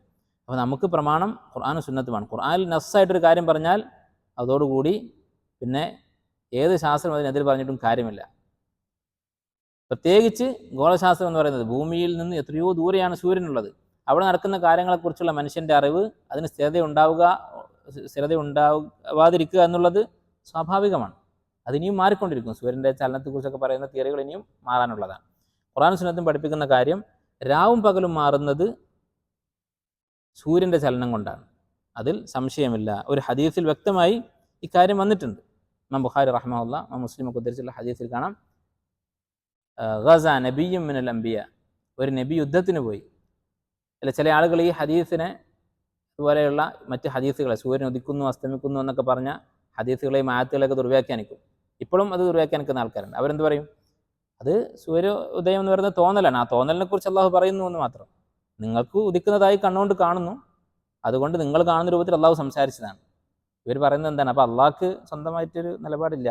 നമുക്ക് തോന്നുന്നതിനെ കുറിച്ച് ഇങ്ങനെ അള്ളാഹ് പറയാണ്, അല്ലെ? നമുക്ക് തോന്നുന്നത് ഉദിക്കുന്നതായിരുന്നു, അപ്പോൾ അള്ളാഹ് ഉദിക്കുന്നു എന്നങ്ങ് പ്രയോഗിച്ചു. അങ്ങനെ ഉണ്ടോ? അങ്ങനെ ഒരു മനുഷ്യൻ ചെയ്യോ? നിങ്ങൾ ഒരു കാര്യത്തെക്കുറിച്ച് ഒരു തെറ്റിദ്ധാരണയിലാണ്, അപ്പോൾ ഞാൻ ആ വിഷയത്തെക്കുറിച്ച് സംസാരിക്കുമ്പോൾ നിങ്ങളുടെ ആ തെറ്റിദ്ധാരണ ഞാനും വിശ്വസിച്ചതുപോലെ സംസാരിക്കുക, അത് ബുദ്ധിയുള്ള മനുഷ്യന്മാർ ചെയ്യൂല. ആദ്യം ആ തെറ്റിദ്ധാരണ തിരുത്തും, എന്നിട്ട് ബാക്കി പറയും. അല്ലാഹു സുബ്ഹാനഹു വ തആല അങ്ങനെ ചെയ്യോ? നിങ്ങൾ സൂര്യൻ ഉദിക്കുന്നതും അസ്തമിക്കുന്നതുമായി വിശ്വസിക്കുന്നു, അത് നിങ്ങളുടെ വിഡ്ഢിത്തം. അത് അള്ളാഹ് അംഗീകരിച്ചിട്ട് അശംസു തജ്രി ലിമുസ്തഖറിൻ ലഹ, അതുപോലെ കുല്ലു യൗമിൻ തത്ലു ഫീ ശംസ് എന്നൊക്കെ അങ്ങനെ പറയാം. ഇത് മനുഷ്യന്മാരെ കുറിച്ച് നമുക്ക് പറയാൻ പറ്റാത്ത കാര്യമാണ്. ഏതായാലും ദുർവ്യാഖ്യാനിക്കാൻ പറ്റാത്തൊരു ഹദീസ് ഉണ്ട്. ഗസ നബിയ്യു മിനൽ അംബിയ, ഒരു നബി യുദ്ധത്തിന് പോയി. ഈ ഹദീസ് സഹീഹ് മുസ്ലിമിലുണ്ട്, അതുപോലെ ഇമാം അഹ്മദിൻ്റെ മുസ്നദിലുണ്ട്. ഇമാം അഹ്മദിൻ്റെ മുസ്നദിൽ ഈ നബിയുടെ പേര് പറഞ്ഞിട്ടുണ്ട്, യൂഷ അലൈഹിസ്സലാം. മൂസ നബി അലൈഹി ഇസ്ലാമിൻ്റെ ഖൗമിൽ വന്ന, ബനു ഇസ്രായേൽ വന്ന നബിയാണ്. അദ്ദേഹം യുദ്ധത്തിന് പോയി. ഫലമ്മ ദനാ മിനൽ ഖൗമി ദനത്തി ശംസു ലിൽ ഗുറൂബ്, അങ്ങനെ യുദ്ധം തുടങ്ങാറായപ്പോൾ സൂര്യൻ അസ്തമിക്കാറായി. ഇമാം അഹ്മദിൻ്റെ മുസ്നദിൽ കാണാം, ഇത് വെള്ളിയാഴ്ച ദിവസമാണ്. അപ്പോൾ വെള്ളിയാഴ്ച മഗ്രിബായി കഴിഞ്ഞാൽ പിന്നെ ബനു ഇസ്രായേലിന് അവർക്ക് യുദ്ധം ചെയ്യാൻ പാടില്ല, ഇബാദത്തല്ലാത്ത മറ്റൊരു പ്രവൃത്തിയും ചെയ്യാൻ പാടില്ല. ഇബാദത്ത് എന്ന് പറഞ്ഞാൽ ലാസിമായിട്ടുള്ള ഇബാദത്തുകൾ, നമസ്കാരം പോലെയുള്ള, ദിക്ർ പോലെയുള്ള ഇബാദത്തുകൾ, അള്ളാഹുമായിട്ട് മാത്രം ബന്ധപ്പെട്ട അമലുകൾ, അതേ ചെയ്യാൻ പാടുള്ളൂ.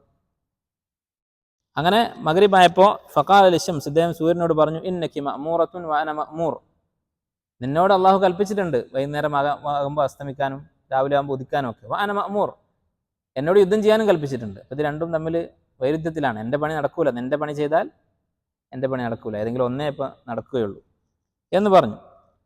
എന്നിട്ട് പറഞ്ഞു, അല്ലാഹുമ്മ ഹ്ബിസ്ഹ അലൈ, അള്ളാഹുവെ എനിക്ക് വേണ്ടി കുറച്ച് സമയം സൂര്യനെ പിടിച്ചു വെക്കണേ എന്ന് പറഞ്ഞു. ഫഹുബിസത് ഹത്ത ഫതഹ അല്ലാഹു അലൈഹി, അങ്ങനെ യുദ്ധം ചെയ്ത് വിജയിക്കുന്നത് വരെ സൂര്യൻ അവിടെ നിന്നു. ഇതെങ്ങനെ വ്യാഖ്യാനിക്കും ഇനിയിപ്പോൾ? അങ്ങനെ തോന്നലിനെ കുറച്ച് നേരം നിർത്തിവെക്കാൻ വേണ്ടി പറഞ്ഞു എന്ന് പറയേണ്ടി വരും. അപ്പോൾ സൂര്യൻ സഞ്ചരിക്കുന്നുണ്ട്, അതുകൊണ്ടാണ് രാവും പകൽ മാറുന്നത് എന്നുള്ളത് ഖുർആൻ്റെയും ഹദീസിൻ്റെയും നസ്സാണ്. ഭൂമി ചലിക്കുന്നുണ്ടോ? ഉണ്ടാവാം, ഉണ്ടാവാതിരിക്കാം. ഖുർആനിൽ അതിനെക്കുറിച്ച് ഭൂമി ചലിക്കുന്നുണ്ട് എന്നോ ചലിക്കുന്നില്ല എന്നോ വ്യക്തമായി പറഞ്ഞിട്ടില്ല. അതുകൊണ്ട് അത് വിഷയമല്ല. നേരെ മറിച്ച് രാവും പകലും മാറുക എന്നുള്ളത് അത് സൂര്യൻ്റെ ചലനം കൊണ്ടാണ്. ഷെയ്ഖ് ഇബ്നു ബാസ് റഹിമഹുല്ലാ, അദ്ദേഹത്തിൻ്റെ ഒരു അറിയപ്പെട്ട സംസാരമുണ്ട്. പണ്ട് കാലത്ത്, അതായത് സൂര്യൻ ചലിക്കുന്നില്ല എന്ന് വിശ്വസിച്ചിരുന്ന കാലത്ത്, അല്ലെങ്കിൽ ആ വിശ്വാസം പൂർണ്ണമായും ആളുകൾക്കിടയിൽ അത് തെറ്റാണ് എന്ന് മനസ്സിലാക്കുന്നതിന് മുമ്പായി ഷെയ്ഖ് ഇബ്നു ബാസ് റഹിമഹുല്ലാ പറഞ്ഞിരുന്നു, സൂര്യൻ ചലിക്കുന്നുണ്ട്, അത് നിഷേധിച്ചവൻ കാഫിറാണ്.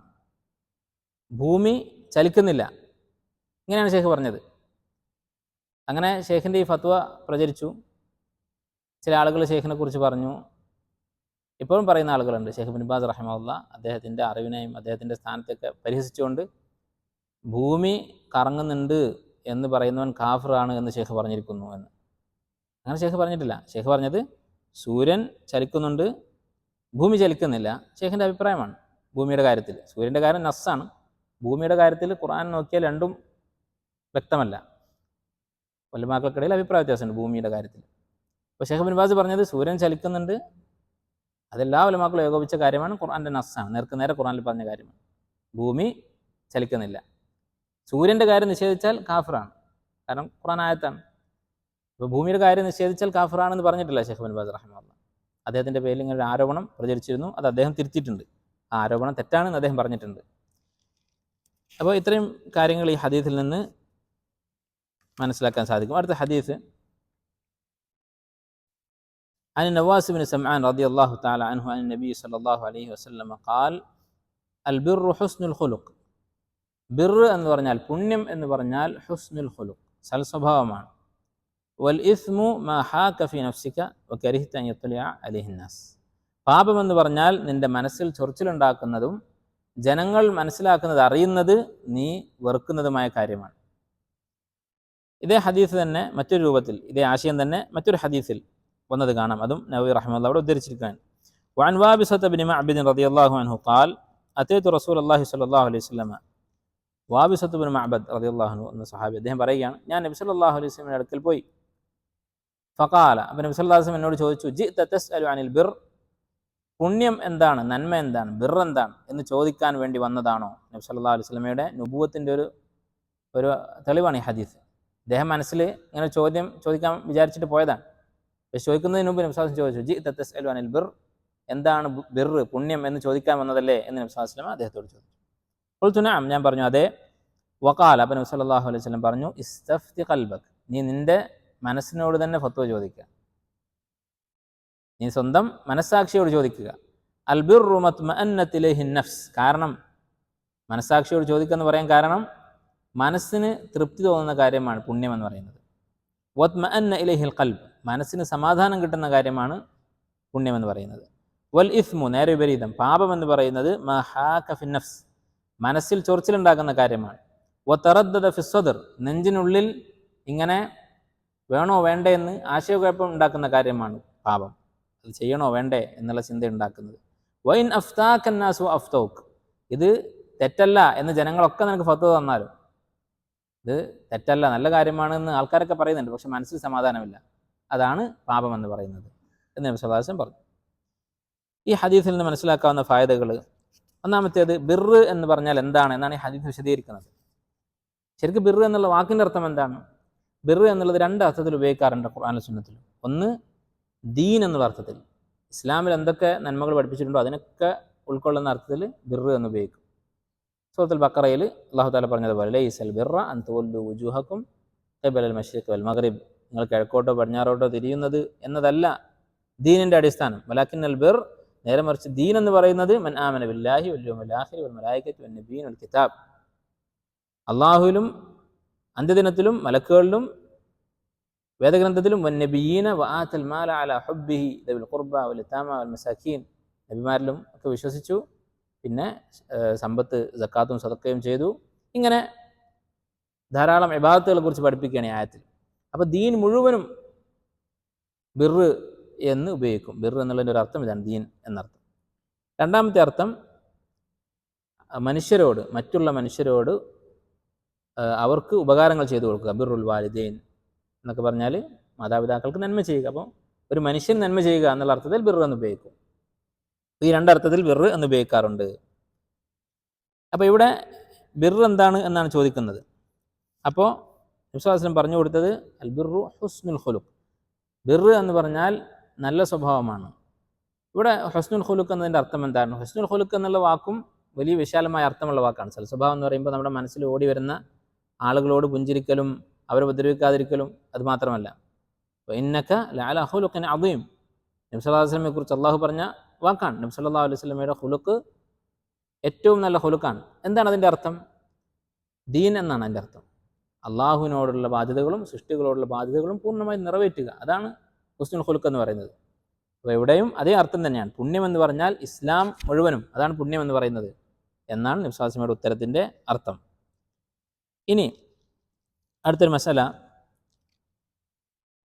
ഈ പറഞ്ഞ ഹദീസിൽ നബി സല്ലല്ലാഹു അലൈഹി വസല്ലം പഠിപ്പിച്ചത് എന്താണ്?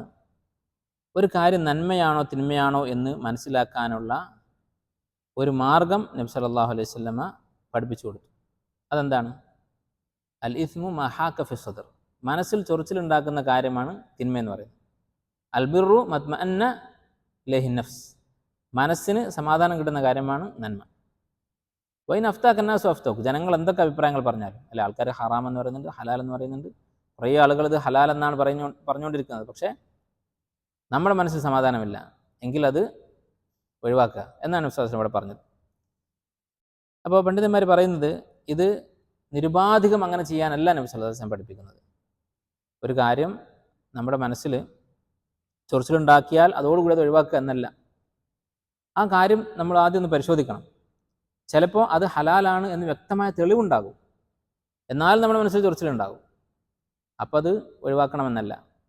നേരെ മറിച്ച് ആ പ്രവൃത്തി ശരിയാണോ തെറ്റാണോ എന്ന് നമുക്ക് മനസ്സിലാകുന്നില്ല. ഖുർആനും സുന്നത്തിൽ നോക്കിയിട്ട്, ആയത്തും ഹദീസും നോക്കിയിട്ട് വ്യക്തമല്ല അതിൻ്റെ ഹുക്മ്. അത്തരം സന്ദർഭത്തിലാണ് ആ ചൊറിച്ചിൽ പരിഗണിച്ചുകൊണ്ട് നമ്മളത് ഒഴിവാക്കേണ്ടത്. ഏതുപോലെ ഇപ്പോൾ ഉദാഹരണത്തിന് ചില മസാലകൾ അത് ഹലാലാണെന്നത് വ്യക്തമായിരിക്കും, എന്നാലും നമുക്ക് മനസ്സിന് സമാധാനം ഉണ്ടാവില്ല. ഉദാഹരണത്തിന് യാത്രയിൽ നോമ്പ് മുറിക്കുക എന്നുള്ളത്. യാത്രയിൽ പ്രയാസമുണ്ടെങ്കിൽ നോമ്പ് മുറിക്കലാണ് അഫ്ളൽ എന്ന കാര്യത്തിൽ തർക്കമില്ല. യാത്രയിൽ പ്രയാസമുണ്ട് എങ്കിൽ നോമ്പ് മുറിക്കുക ആണ് നല്ലത്. അള്ളാഹുവിന് ഇഷ്ടം നിങ്ങൾ നോമ്പ് മുറിക്കുന്നതാണ് നോമ്പ് നോൽക്കുന്നതിനേക്കാൾ. പക്ഷെ നിങ്ങൾ ആരെങ്കിലും യാത്രയിൽ നോമ്പ് മുറിച്ചിട്ടുണ്ടാവും? ജീവിതത്തിൽ വളരെ അപൂർവമായിരിക്കും. നമുക്ക് ആർക്കും സമാധാനം ഉണ്ടാവില്ല യാത്രയിൽ നോമ്പ് മുറിക്കാൻ. എങ്ങനെയാണ് റമദാൻ മാസത്തിൽ പകൽ തിന്ന് അത്രയും ക്ഷീണിച്ച് നമ്മൾ തളർന്നു പോകുമ്പോൾ മുറിക്കുക എന്നല്ലാതെ, നമുക്ക് യാത്ര കൊണ്ട് ചെറിയ പ്രയാസമൊന്നും ഉണ്ടായാൽ നമ്മൾ നോമ്പ് മുറിക്കില്ല. അവിടെ നമ്മൾ മനസ്സിൽ ചൊറിച്ചിലാണ്, വലിയ ചൊറിച്ചിലുണ്ടാവും നോമ്പ് മുറിക്കാൻ. റമദാൻ മാസത്തിൽ ഭക്ഷണം കഴിക്കുക പറയുന്നത് വലിയ ചൊറിച്ചിലുണ്ടാക്കുന്ന കാര്യമാണ്. പക്ഷേ അത് നമ്മൾ നോക്കേണ്ടതില്ല, കാരണം അതിൻ്റെ ദലീൽ വളരെ വ്യക്തമാണ്. ലൈസ മിനൽ ബിർ അസ്സിയാമു ഫി സഫർ, യാത്രയിൽ നോമ്പ് നോൽക്കുക എന്ന് പറയുന്നത് പുണ്യമല്ല. അതുപോലെ അങ്ങനെ നോമ്പ് നോറ്റിട്ട് വീണ് കിടക്കുന്ന ആളെ കണ്ടപ്പോൾ ഉലായിക്കൽ ഉസാ, അവരാണ് പാപികൾ എന്നാണ് നബി സല്ലല്ലാഹു അലൈഹി വസല്ലം പറഞ്ഞത്. അങ്ങനെ ക്ഷീണം ഉണ്ടാകുന്ന സമയത്ത്, ക്ഷീണമില്ലെങ്കിൽ നോമ്പ് നോൽക്കാം, പക്ഷേ ക്ഷീണമുണ്ടെങ്കിൽ നോമ്പ് മുറിക്കലാണ് സുന്നത്ത്. അതാണ് നബി സല്ലല്ലാഹു അലൈഹി വസല്ലം കൽപ്പന. പക്ഷേ നമ്മൾ മുറിക്കൂല. അത്തരം ചൊറിച്ചിലിവിടെ പരിഗണിക്കുകയില്ല. അതുപോലെ പല റുഖ്സകളും, ദീനിൽ ഇളവുള്ള പല കാര്യങ്ങളും ജാഹിലീങ്ങളായ ആളുകൾക്ക് ഭയങ്കര ചൊറിച്ചിലുണ്ടാക്കും. ഒരു കാര്യം നമ്മൾ ഹറാം എന്നാണ് വിശ്വസിച്ചിരുന്നത്, പഠിച്ചപ്പോൾ മനസ്സിലായത് ഹറാമല്ല, കറാഹത്തേ ഉള്ളൂ, അല്ലെങ്കിൽ ഹലാലാണ്. അപ്പോൾ ഹലാലാണെന്ന് മനസ്സിലായാലും നമ്മൾ ഇത്രയും കാലം വിശ്വസിച്ചിരുന്നത് കൊണ്ട് നമുക്ക് മനസ്സിൽ ചൊറിച്ചിലുണ്ടാകും. അതൊന്നും ഇവിടെ പരിഗണിക്കുകയില്ല. നേരെ മറിച്ച് നമുക്ക് തെളിവ് മനസ്സിലാകാത്ത കാര്യങ്ങളിലാണ് ഈ മനസ്സിലെ പ്രയാസം പരിഗണിക്കുകയുള്ളൂ. അതുപോലെ തന്നെ മറ്റൊരു കാര്യം ഉലമാക്കൾ പറഞ്ഞിട്ടുള്ളത്, ഈ ഹദീസിൽ പറഞ്ഞ ഖൽബ് എന്ന് പറയുന്നത് ഈമാനുള്ള ഒരാളുടെ ഖൽബാണ്. അല്ലെ, ഒരാൾ മഹാപാപിയാണെങ്കിലോ അവന് ഒരു തെറ്റിനും ചൊറിച്ചിലുണ്ടാവുകയില്ല, നേരെ തിരിച്ച്. ചിലപ്പോൾ കള്ളു കുടിക്കുമ്പോഴും മനസ്സിൽ വിഷമമൊന്നും തോന്നില്ല. അങ്ങനെയുള്ള ഒരാളെക്കുറിച്ചല്ല ഇവിടെ പറയുന്നത്. അഭിപ്രായ വ്യത്യാസമുള്ള മസലകളൊക്കെ നിസ്സാരമായി കാണും, കാരണം അവൻ്റെ മനസ്സ് മോശമാണ്. അങ്ങനെയുള്ളൊരു ഖൽബിനെ കുറിച്ചല്ല പറയുന്നത്. ഇബ്നു തൈമിയ്യ റഹിമഹുല്ലാഹ് ഇക്കാര്യം പറഞ്ഞത് കാണാം. അതുപോലെ തന്നെ ജാഹിലിൻ്റെ മനസ്സ്, അതുമല്ല. അപ്പോൾ എൽമും ദീനുമുള്ള ആളുകളുടെ മനസ്സാണ് അവിടെ പറയുന്നത്. കുറച്ചെങ്കിലും എൽമും അതോടൊപ്പം ഈമാനുമുള്ള ആളുകളെ കുറിച്ചാണ് പറയുന്നത്. ഇബ്നു മസ്ഊദ് റളിയല്ലാഹു അൻഹു പറഞ്ഞതായി ഇമാം അഹ്മദ് ഉദ്ധരിച്ച ഒരു ഹദീസ്, ഒരു അസർ കാണാം. മാ റആഹുൽ മുസ്ലിമൂന ഹസനൻ ഫഹുവ ഇൻദല്ലാഹി ഹസൻ, മുസ്ലിമീങ്ങൾ എന്ത് കാര്യമാണോ നല്ലതായി കണ്ടത് അത് അള്ളാഹിൻ്റെ അടുക്കൽ നല്ലതാണ്. വമാ റആഹുൽ മുസ്ലിമൂന ഖബീഹൻ ഫഹുവ ഇൻദല്ലാഹി ഖബീഹ്, മുസ്ലിങ്ങൾ വൃത്തികെട്ടതായി കാണുന്നതൊക്കെ അള്ളാഹുവിൻ്റെ അടുക്കലും വൃത്തികേടാണ്. അപ്പോൾ മുസ്ലിമീങ്ങളായ ആൾക്കാർ, മുസ്ലിം എന്ന് പറഞ്ഞാൽ എന്താണ്? നബി സല്ലല്ലാഹു അലൈഹി വസല്ലമയുടെ കാലത്തുള്ള മുസ്ലിം ആരാ? സഹാബത്ത്. സഹാബത്തിൻ്റെ കാലത്തുള്ള മുസ്ലിമീങ്ങൾ ആരാ? സഹാബത്തും താബീങ്ങളും. അപ്പം അങ്ങനെയുള്ള ആളുകൾ, ഈമാനും ദീനുമുള്ള ആളുകൾ, അവർ നല്ലത് എന്ന് പറഞ്ഞാൽ അത് നല്ലതായിരിക്കും.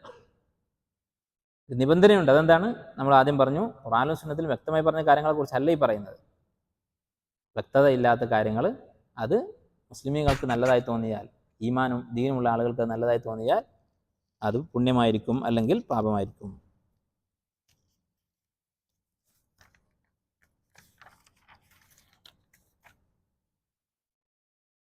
ഇനി ഇങ്ങനെ ഒരാൾക്ക് അവൻ്റെ മനസ്സിൽ തോന്നുന്ന കാര്യം ഖുർആനിലും ഹദീസിലും തെളിവ് ബോധ്യപ്പെടാത്ത ഒരു മസലയിൽ അവൻ്റെ മനസ്സിൽ ശരിയാണ് എന്ന് തോന്നിയ കാര്യം ചെയ്യാം എന്നാണ് ഇപ്പോൾ ഈ ഹദീസിൽ പറഞ്ഞത്. അതിന് വേറെയും തെളിവുകളുണ്ട്. ഈ ഹദീസ് തെളിവാണ്. അതുപോലെ തന്നെ മറ്റൊരു തെളിവ് ചില പണ്ഡിതന്മാർ സൂചിപ്പിച്ചിട്ടുള്ളത് ബുഖാരി മുസ്ലിമിനുള്ള ഹദീസ്, ഫിത്രത്തിനെ കുറിച്ചുള്ള ഹദീസ്. കുല്ലു മൗലൂദിൻ യൂലദു അൽ ഫിത്ര, എല്ലാ മനുഷ്യരുടെ ഉള്ളിലും അള്ളാഹു ഫിത്രത്ത് നൽകിയിട്ടുണ്ട്. അപ്പോൾ ആ ഫിത്രത്ത് ഉള്ളത് കൊണ്ട് ആണ് നമുക്ക് ഈ തോന്നൽ ഉണ്ടാകുന്നത്. ഒരു നന്മ ചെയ്യുമ്പോൾ അത് നന്മയാണെന്നും ഒരു തിന്മ ചെയ്യുമ്പോൾ മനസ്സിൽ ചൊറിച്ചിലുണ്ടാകുന്നതും ഫിത്രത്തുള്ളത് കൊണ്ടാണ്. അപ്പോൾ ഈ പറഞ്ഞ കാര്യത്തിന് ഈ ഹദീസും തെളിവാണ്.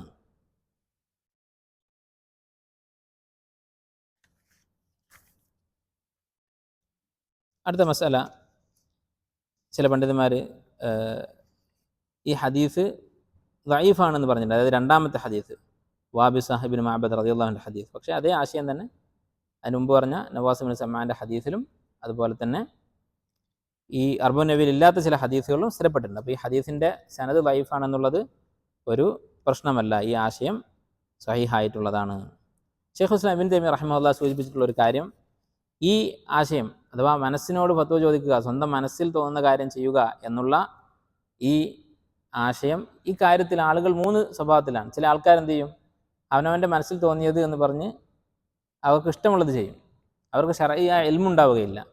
ഒരു മസലയെക്കുറിച്ചും അതിൻ്റെ തെളിവുകൾ അന്വേഷിക്കുകയോ പഠിക്കുകയോ ചെയ്യുകയില്ല. എൻ്റെ മനസ്സിൽ ഇതിനോട് വെറുപ്പാണ് തോന്നുന്നത്, തെറ്റാണെന്നാണ് എനിക്ക് തോന്നുന്നത്, അതുകൊണ്ട് ഞാനത് ചെയ്യുകയില്ല. അല്ലെങ്കിൽ എൻ്റെ മനസ്സിൽ ഇത് ശരിയാണെന്നാണ് തോന്നുന്നത്, മനസ്സിലൊരു ചൊറിച്ചിലും തോന്നുന്നില്ല, അതുകൊണ്ട് ഞാനത് ചെയ്യും. ഇങ്ങനെ പറഞ്ഞുകൊണ്ട് ഉലുവിലായിട്ടുള്ള ആളുകളുണ്ട്.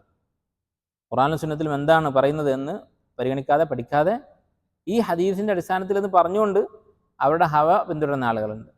നേരെ മറിച്ച് ഈ വിഷയത്തിൽ ഉലുവിലുള്ള ആളുകളുണ്ട്. നമ്മുടെ മനസ്സിൽ എന്ത് തോന്നിയാലും ശരി, അത് തെളിവല്ല, വ്യക്തമായ ആയത്തും ഹദീസും കിട്ടിയാൽ മാത്രമേ അതിൻ്റെ പരിഗണിക്കുകയുള്ളൂ. ഒരു കാര്യം ഹറാമെന്ന് പറയണമെങ്കിൽ ആയത്തോ ഹദീസോ വേണം. നമുക്ക് ഹറാമാണ് എന്ന് തെളിവ് കിട്ടിയിട്ടില്ല, മനസ്സിൽ അങ്ങേയറ്റം വെറുപ്പ് തോന്നുന്നുണ്ട് ഈ പ്രവൃത്തിയോട്, പക്ഷേ അത് പരിഗണിക്കേണ്ടതില്ല എന്ന നിലപാടിലെ ആളുകളുണ്ട്. അത് രണ്ടും ശരിയല്ല. നേരെ മറിച്ച് ഖുർആനിലും സുന്നത്തിലും ഒരു പ്രവൃത്തിയുടെ വിധി എന്താണെന്ന് പഠിച്ച് അത് വ്യക്തമല്ലെങ്കിൽ പിന്നെ നമ്മുടെ മനസ്സിൽ തോന്നുന്ന ഈ തീരുമാനം പിന്തുടരുകയാണ് വേണ്ടത്. ചിലപ്പോൾ നമ്മൾ ഫത്വ ചോദിച്ചിട്ടുണ്ടാവും, ഒരു ആലിമിനോട് ചോദിച്ചു, പക്ഷേ ആ ആലിമ് പറഞ്ഞത് നമുക്ക് തൃപ്തിയാകുന്നില്ല, മനസ്സിൽ ചൊറിച്ചിലുണ്ടാക്കുന്നുണ്ട്. നേരത്തെ പറഞ്ഞ നിബന്ധന അവിടെ നമ്മൾ മറക്കരുത്. ഒരു ആലിം നമുക്ക് ഒരു നസ്സ് പറഞ്ഞു തന്നു, ഒരു ആയത്ത് പറഞ്ഞു തന്നു, ഇതാ നീ ചോദിച്ച ചോദ്യത്തിൻ്റെ ഉത്തരം ഈ ആയത്തിലുണ്ട്, ഈ ഹദീസിലുണ്ട് എന്ന് പറഞ്ഞാൽ അവിടെ തീർന്നു. പക്ഷേ അങ്ങനെ പറഞ്ഞിട്ടില്ല, ഖുർആനിലും സുന്നത്തിലും വ്യക്തമായി പറയാത്തൊരു മസലയാണ്. അത് നമുക്ക് കുറേ ഉലമാക്കൾ ഫത്വ തന്നു, അല്ലെങ്കിൽ കുറേ ആളുകളുടെ ഫത്വ നമ്മൾ വായിച്ചു, പക്ഷെ നമ്മുടെ മനസ്സിൽ തൃപ്തിയാകുന്നില്ല, അതൊരു തെറ്റാണ് തന്നെയാണ് നമ്മുടെ മനസ്സ് പറയുന്നത്. അങ്ങനെയാണെങ്കിൽ ഈ ആലിമ് പറഞ്ഞത് നമ്മൾ അനുസരിക്കേണ്ടതില്ല. വിശ്വാസം നമ്മോട് പറയാണ്, വൈൻ അഫ്താഖ് അന്നാസ്, ജനങ്ങളൊക്കെ നിനക്ക് ഫത്വ തന്നാലും ശരി, നീ ആ ഫത്വ പിന്തുടരേണ്ടതില്ല, ഇസ്തഫ്തി ഖൽബക് എന്നാണ് വിശ്വാസം പറയുന്നത്. അപ്പോൾ ചില ആൾക്കാർ ഇങ്ങനെ ചെയ്യുന്ന ആളുകളെ കുറ്റപ്പെടുത്തും. ചിലപ്പോൾ ഒരു കാര്യം അത് ജായിസ് ആണോ അല്ലേ എന്നൊരാൾ ഫത്വ ചോദിച്ചു, ഒരു ആലിമിനോട് ചോദിച്ചു, അല്ലെങ്കിൽ നമ്മളോട് ചോദിച്ചു, നമ്മൾ ദീൻ പഠിപ്പിക്കുന്ന ഒരാളാണ്, നമ്മൾ പറഞ്ഞു കുഴപ്പമില്ല, ഹലാലാണ്. ഈ പറയുന്ന വ്യക്തി, അദ്ദേഹത്തിന് അത് സമാധാനമാകുന്നില്ല, എനിക്കത് തൃപ്തിയില്ല എന്ന് പറഞ്ഞ് അയാൾ ആ ഫത്വ നിരസിച്ചു. അങ്ങനെ ഉണ്ടെങ്കിൽ ഇവൻ ഗുലുവിൻ്റെ ആളാണെന്ന് പറയാൻ പറ്റുമോ? സാധിക്കുകയില്ല. അവിടെയും നേരത്തെ പറഞ്ഞ നിബന്ധന അടിസ്ഥാനത്തിൽ ഈ കാര്യം, ഈ പ്രവൃത്തി ഹലാലാണ് എന്ന് വ്യക്തമായ ഒരു ആയത്തോ ഹദീസോ ഉണ്ടെങ്കിൽ അത്തരമൊരു കാര്യം ഉപേക്ഷിച്ചാൽ അത് ഗുലുവാണ്. ഖുർആനിലും സുന്നത്തിലും വ്യക്തമായി അനുവദിച്ചൊരു കാര്യം അത് ഹറാമാണ് എന്നൊരാൾ വിശ്വസിച്ചാൽ അത് ഗുലുവാണ്. നേരെ മറിച്ച് വ്യക്തമായ നസ്സില്ലാത്ത ഒരു കാര്യം ഒരാളുടെ മനസ്സിൽ ചൊറിച്ചിലുണ്ടാക്കുന്നതുകൊണ്ട് അയാൾ ഉപേക്ഷിച്ചാൽ അത് അയാൾക്ക് ദീനുണ്ട് എന്നാണ് എൻ്റെ അർത്ഥം. അപ്പോൾ ഇത്രയും കാര്യങ്ങളാണ് ഈ ഹദീസിൻ്റെ ആശയങ്ങൾ. അല്ലാഹു സുബ്ഹാനഹു വ തആല നമുക്ക് ദീനിൽ ഉപകാരപ്രദമായ ഇൽമും സാലിഹായ അമലുകളും വർദ്ധിപ്പിച്ചു തരുമാറാകട്ടെ. اللهم آت نفوسنا تقواها وزكها أنت خير من زكاها أنت وليها ومولاها. سبحانك اللهم وبحمدك أشهد أن لا إله إلا أنت أستغفرك وأتوب إليك.